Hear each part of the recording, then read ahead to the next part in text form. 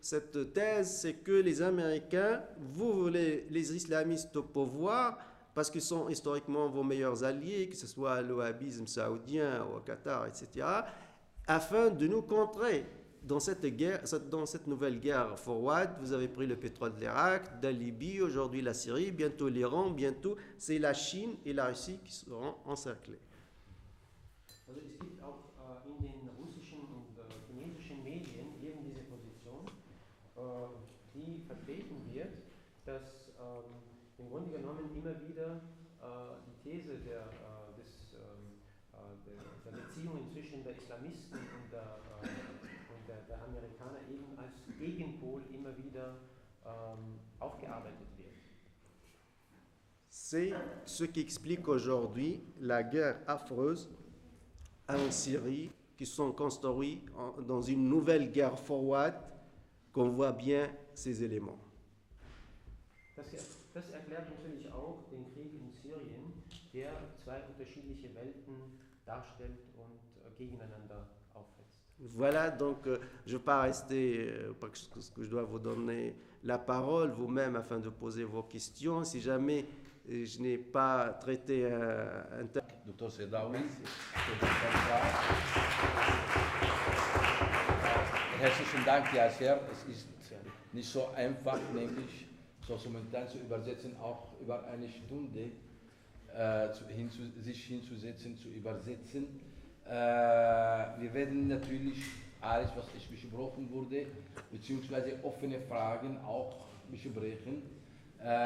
Beziehungsweise, wenn jemand auch Beitrag dazu hat, kann schon einen Beitrag.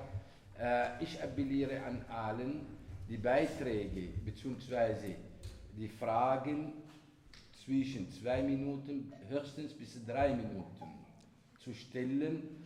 Sonst, das wird zu lang und wir haben viele Fragen vielleicht. Wir beginnen. Ich möchte gerne auch hinweisen, die Gruppe Bündnis gegen den Krieg hat eine Petition gemacht, nämlich an den, kannst du übersetzen bitte, an ihn? Ja, hat eine Petition gemacht gegen die Sendung von Tunesien bzw. von Libyen, von Ägypten, von Tunesien, von Ägypten, Jugendliche nach Syrien, die die Waffen dort tragen. Die Petition steht auf dem Tisch beim Glocki, kann unterschrieben werden. Und wir beginnen mit der Diskussion. Bitte? Ja, okay. Gut, Fragen bzw. Beiträge. Bitte. Christian. Okay. Meine Frage wäre, was der Plan der Amerikaner dahinter wäre, den Islam zu etablieren in diesem Land. Quel est le plan des Américains pour établir les islamistes au régime? D'accord. Les Américains, il faut signaler aussi, sont largement influencés par les Britanniques. Ce sont les Britanniques qui ont une tradition avec les islamistes, que ce soit les anciens wahhabites de l'Arabie saoudite et du Qatar, qui les connaissent par cœur, les salafistes, et les frères musulmans aussi, qui sont connus par l'Égypte, par la Grande-Bretagne depuis 1928, parce que les frères musulmans ont été créés en 1928 sous l'occupation de la Grande-Bretagne en Égypte.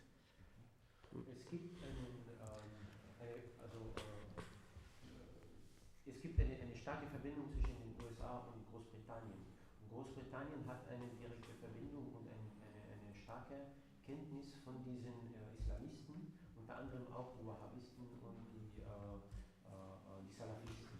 Und deswegen haben sie bereits schon eine Grundkenntnis in dieser Materie. Et je continue. L'islamisme, l'islam politique, en fait, ils ont 2 points communs avec les Américains, ou acceptés par les Américains. Tout d'abord, ils sont pour l'économie de marché. Ils sont ultra-libéraux pour l'économie de marché. Eines der Merkmale oder eines der gemeinsamen Punkte mit den Amerikanern, also zwischen den Amerikanern und den Islamisten, ist zum Beispiel Beispiel ihre liberale Haltung, was die Wirtschaftsentwicklung betrifft. Et la politique de Nahda, le parti islamiste en Tunisie au pouvoir, ou de Frères musulmans en Égypte, est plus libérale, plus d'économie de marché que Ben Ali et Moubarak, que les anciens régimes. Ils veulent même retirer les subventions des produits alimentaires qui touchent la classe moyenne et la classe pauvre. Ils appliquent à la lettre les recommandations du Fonds monétaire international, le FMI. Also die Islamisten in Ägypten und in Tunesien waren zum Beispiel viel liberaler als Ben Ali selber. Also sie waren sogar bereit, jetzt auch die wirtschaftlichen Nahrungssubventionen abzuschaffen. Und sie verfolgen sozusagen den Wirtschaftsfonds wortwörtlich, so auf die Deuxième élément, les Américains ont fermé les deux parenthèses de Ben Laden et ils passent à une collaboration avec les islamistes, donc ils exigent l'intégration au sein de l'OTAN, comme la Turquie dirigée par un pays islamiste, par un parti islamiste, mais en même temps elle est membre actif dans le système OTAN. La Türkei. Oui, l'OTAN, Half Atlas. Also auf der einen Seite haben die Amerikaner das Thema von Ben Laden jetzt abgeschlossen und verlangen sozusagen auch, dass diese Islamisten sich auch an die NATO, an das NATO-Bündnis sozusagen auch anschließen. Wie zum Beispiel in der Türkei, die auch eine islamistische Regierung haben und trotzdem bei der NATO ist. Voilà, dernière phrase, d'où le mécontentement de la Russie et de la Chine. Und daher auch dieses Unbehagen der Chinesen und also von China und Russland in diesem Zusammenhang. دكتور حيدر، دكتور جمال ناخر، vorher دكتور حيدر. Warum hat die arabische Frühling oder die sogenannte Revolution Algerien verschont? Ist die Revolution als Wind von Westen nach Osten und von Norden nach Süden, warum verschont, sagen wir, Algerien, obwohl das Algerien ist keine Demokratie, fürchte ich, Marokko auch nicht, eine andere Welle, aber das ist ein Wind von Westen, was uns am besten passt, das ist gut. Und was nicht am besten passt, das ist sehr schlecht. Da muss man bekämpfen. Und auf diese Art und Weise gehen sie und sie schüren religiöse, sagen wir, Differenzen, die vor 1400 Jahren zustande gekommen sind nach Mohammed und schüren sie das Schiiten gegen Sunniten, um die arabische Welt und die islamische Welt auseinander zu zerstückeln, um Interesse von Israel, sagen wir, auf ewig zu zementieren. Alors le vent des révolutions arabes souffle de l'ouest vers l'est, n'est-ce pas?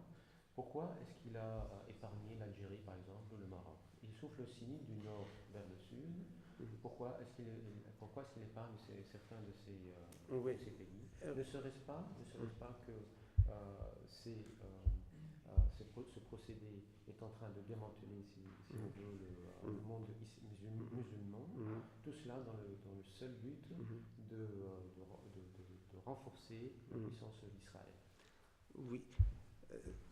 Vraiment, le monde arabe, il faut le traiter cas par cas. Chaque cas est spécial. Pour l'Algérie, a vécu son printemps depuis octobre 88.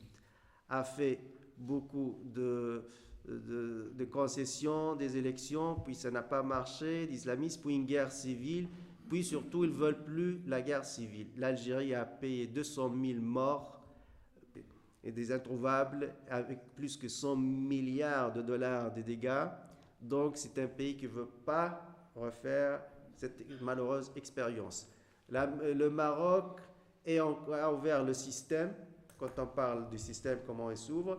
Il a fait des élections, il a dit même aux islamistes, vous prenez le pouvoir. Maintenant, le gouvernement marocain est dirigé par un islamiste, mais contrôlé par le roi, est en train de souffrir dans des problèmes économiques et sociaux dans le quotidien. Also die Revolution der arabischen Länder müssen Im Falle von Algerien, Algerien hat ja schon lange seinen arabischen oder seinen Frühling oder seine Revolution erlebt, nämlich auch in den 80er Jahren mit diesem ganz hohen Tribut, das sie gezahlt hat, mit den über 200.000 Toten und Hunderttausende von Verletzten oder Vermissten. Und die Katastrophe ist verheerend auf wirtschaftlicher Weise. Und deswegen Algerien will auch keinen Bürgerkrieg in diesem Sinne. Was Marokko betrifft, in Marokko hat sich die Regierung in eine islamistische Regierung verwandelt, aber trotzdem noch unter der Kontrolle des Königs und betreibt eben eine Wirtschaft, die überhaupt keine Entwicklung, also keine positive Entwicklung, sondern mit katastrophalen wirtschaftlichen Problemen zu kämpfen hat. Ce que je peux peut-être rajouter pour la conférence et en réponse aussi, des Algériens et des intellectuels arabes posaient maintenant la question: est-ce que le Qatar et l'Arabie Saoudite qui financent la révolution en Libye et la révolution en Syrie, est-ce que ce sont deux pays démocrates? Or, nous savons tous, au plan politique, qu'ils sont les derniers des pays au plan démocratique. Ce sont deux pays qui n'ont pas aucun signe d'élection. Même la fraude électorale n'existe pas parce qu'il n'y a pas même d'élection. Ce sont des pays qui n'ont aucune relation avec la démocratie. Par contre, ce sont eux qui financent les événements en Syrie et qui ont financé aussi les événements en Libye. Also wenn man jetzt Regierungen wie zum Beispiel Saudi-Arabien und Katar nimmt, die diese Ereignisse oder diese Kriege in Libyen oder in Syrien finanzieren, manche arabische und algerische Intellektuelle haben sich gefragt, ob diese Regierungen demokratisch sind, eben weil sie diese Leute unterstützen. Aber im Grunde genommen weiß man, dass gerade diese beiden Länder, das sind diejenigen, die am weitesten entfernt sind von der Demokratie. Sie kennen nicht einmal die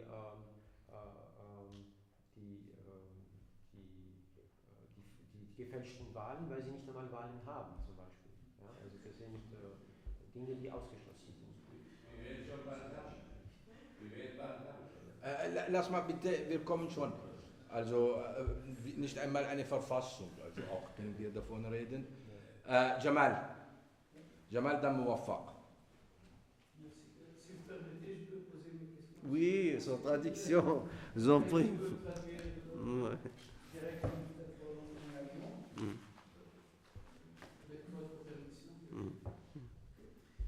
Merci beaucoup pour cette analyse profonde et pour votre conférence qui est autrement différente que le mainstream des médias, soit dans le monde arabe, soit dans l'Occident, dans notre contexte. On a toujours besoin d'une analyse calme et scientifiquement orientée pour pouvoir distinguer les chemins et la complexité de ces événements. Alors, je vais essayer de poser quelques questions sous forme de remarques, si vous permettez, avec du temps. Ich werde versuchen, herzlichen Dank für diesen Vortrag und für die ruhige akademische Analyse, die wir immer wieder brauchen, sei es im arabischen Kontext oder im Westen auch, im Unterschied zu dem medialen Mainstream, zu diesem Mediengeschehen, manipulativen Geschehen, würde ich so meinen. Dafür herzlichen Dank für diesen Vortrag und für Ihre Anwesenheit. Ich werde versuchen, einige Fragen in Form von Bemerkungen, ich werde aber schon vorausgeschickt etwas mehr Zeit brauchen als nur bloß 2 Minuten dafür. Mein Freund Riemann hat mir seine Zeit geschenkt, dann bitte. Meine erste Frage, pose la question aussi en allemand, après on Oui, bien sûr. Meine erste Frage betrifft ja ein Phänomen und ein Effekt, was Sie vielleicht eher vermeintlich in Ihrem Vortrag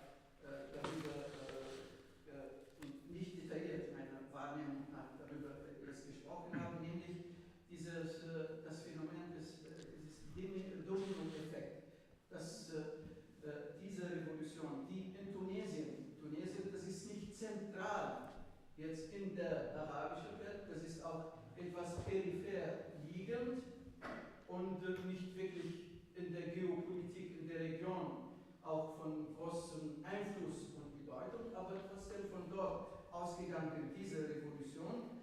Und aber in kurzer Zeit in die gesamte Region sich übertragen ließ. Also kurz danach Ägypten, Libyen, Jemen und so weiter bis jetzt Syrien und wer weiß noch Türkei oder woanders. Also diese Übertragung dieses Phänomens, das ist ja, glaube ich, erklärungsbedürftig. Warum in diesem Kontext, also das hat sich nicht nach Italien oder woanders, nicht nach Afrika, nicht nach Ostasien übertragen, sondern in diesem Raum. Ich glaube, dieses Phänomen ist noch erklärungsbedürftig und nicht ganz klar. Cette première question, c'est concernant cet effet du domino où on peut parler d'un effet contagieux de cette situation révolutionnaire, d'une infection révolutionnaire, si vous voulez dire. Je pense que cet état, ce phénomène de passer de la Tunisie, dans le cas tunisien, où la Tunisie aussi n'est pas très l'effet d'influence politique et le poids politique au niveau géopolitique dans la région n'est pas énormément grand. Et même on peut parler que la Tunisie, donc le cas tunisien est un peu périphérique aussi, mais quand même, cette situation que vous avez nommée situation révolutionnaire a commencé de la Tunisie, alors des périphéries, et a très vite le contexte arabe précisément, et pas hors de ce contexte. Comment on peut expliquer ce phénomène de l'effet domino? L'effet domino est connu en sciences politiques. Ah, d'accord. D'accord. Lass immer kurz die Antworten und dann kommst du nachher, gebe ich dir die Zeit, dass du deine Fragen stellst.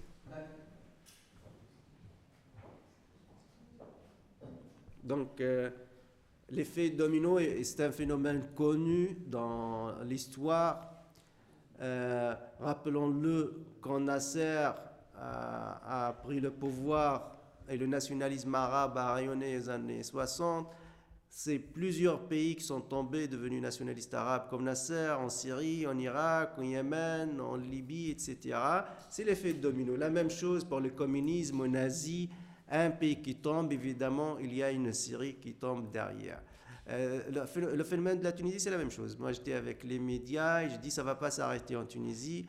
Le 18 janvier 2011, j'étais à Londres à la BBC. J'ai dit bientôt, ce sera une révolution en Égypte, au même scénario que la Tunisie. Un professeur égyptien, un politologue m'a dit non, la Tunisie ce n'est pas l'Égypte, Moubarak ce n'est pas la même chose, mais je dis vous allez voir, c'est le 18, le 25, la révolution déclenche.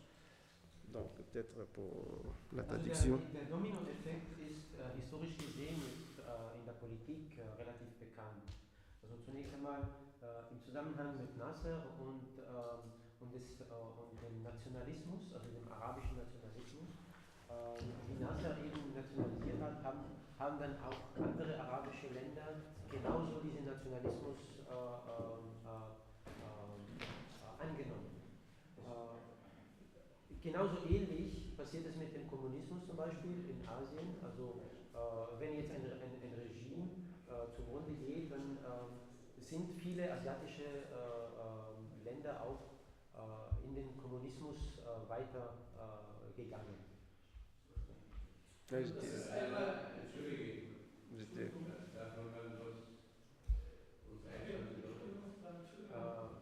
C'était le 18 janvier. Entschuldigung, das ist einmal dieses Phänomen. Warte, ich bin noch nicht fertig.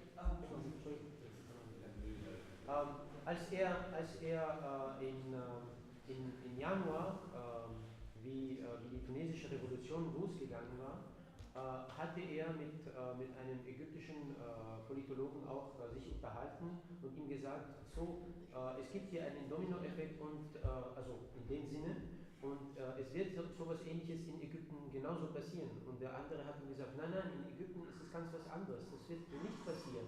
Und tatsächlich ist eine Woche später sehr wohl diese Revolution auch in Ägypten ausgebrochen. Ja. Bon. Ouais. Et par contre, j'ai compris rapidement que les interventions étrangères sont massives. Par exemple, on a vu la révolution ou les révoltes, le soulèvement dans la partie est de l'Arabie Saoudite et Oman. Parce qu'avant l'Égypte, c'était Oman.